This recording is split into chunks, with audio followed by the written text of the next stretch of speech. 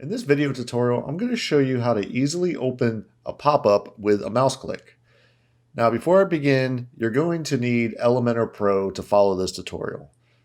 In my opinion, Elementor has the best pop-up builder on the whole market right now. There's so much power and functionality when using the Elementor pop-up builder.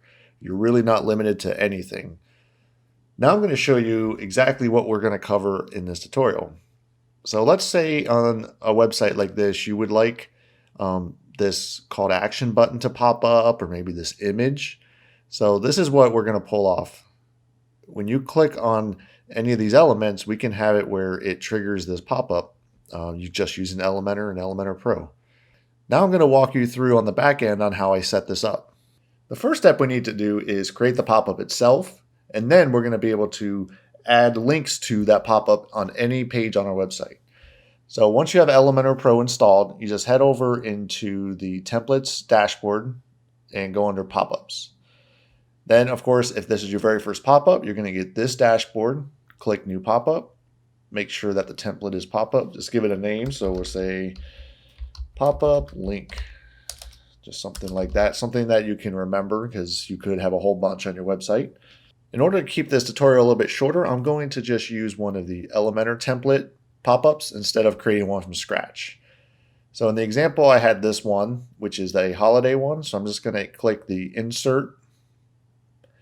If you worked with Elementor templates or anything like that, this is going to feel very familiar to you because the pop-up builder is actually just another type of template that you can assign dynamically across your whole website. So where this pop-up builder differs is right under here where you click on settings. This is for your page settings normally, but in this dashboard, this is where all the magic happens with your pop-up settings.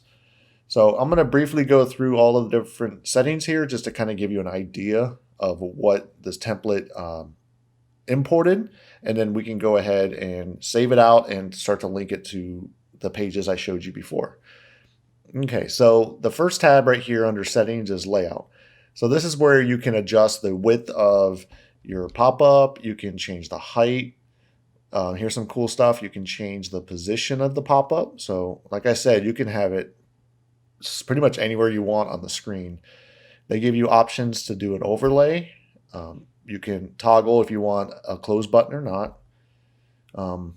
Next, we have some entrance animations. So you can do an entrance animation. So you can have it, if you're familiar with the Elementor animations, they're all in here.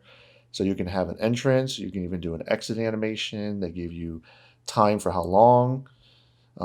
There's some general settings here and some preview settings. Not much going on here.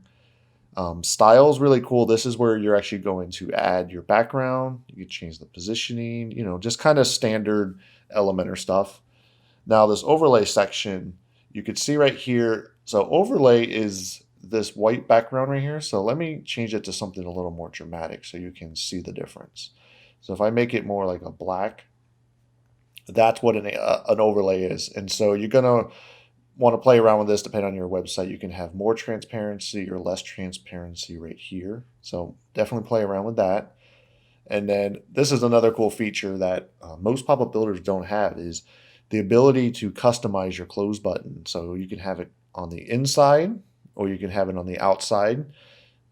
Sometimes you need to refresh the page to see the changes, but you can change the positioning of where you want the button, horizontal, vertical, color, size. You can do so many different things here. You can have a big button if you want, but let's bring that back down to normal size like here. And then under advanced, you even have more options.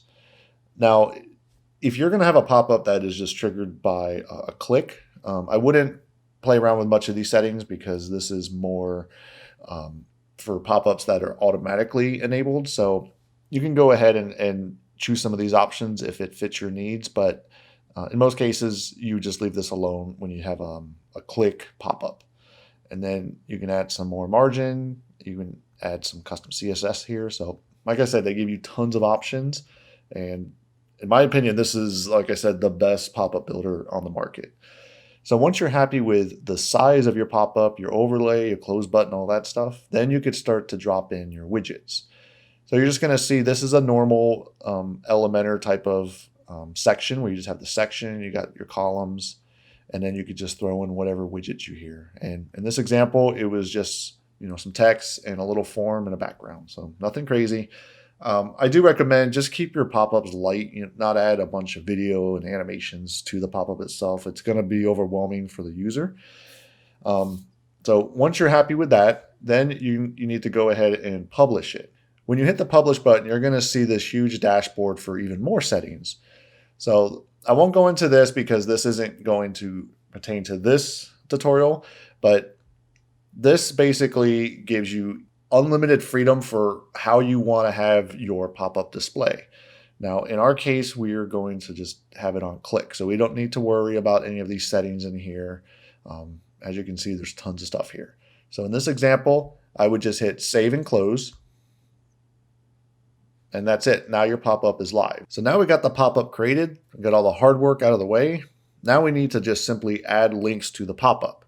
Now in Elementor, they make this very easy. And what's great about this is you can use this functionality on all different types of widgets. So in this example, I'll show you how to add it to the header, the button, and the image right here on how the user can click any of these three elements and have it pop up. So let's go to the very first one. So this is a header. If you're not familiar with dynamic tags, basically it allows you to trigger tons of different dynamic content all within your WordPress or Elementor or even like ACF if you have that.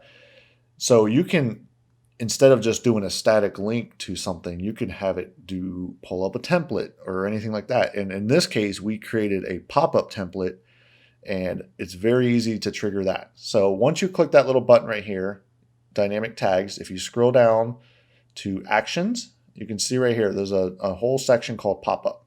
Just click that and nothing's going to change right here. What you need to do is assign the pop-ups. So once you click the pop-up, go down here and you need to choose which one it is. So just type in, I called it pop-up link, and that's it. You just type in what you called it and it will show up in here.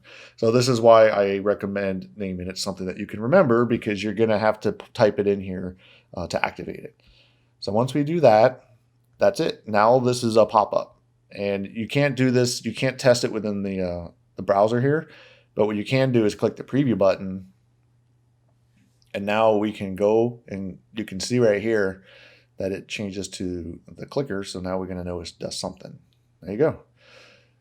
So that's it. Now that header has the pop-up, and you can see right here, I'm just clicking it, clicking off. You can even hit escape. You can see I moved the X way out here instead of inside there. So it works perfectly. So now let's go back and do the same thing here to the button.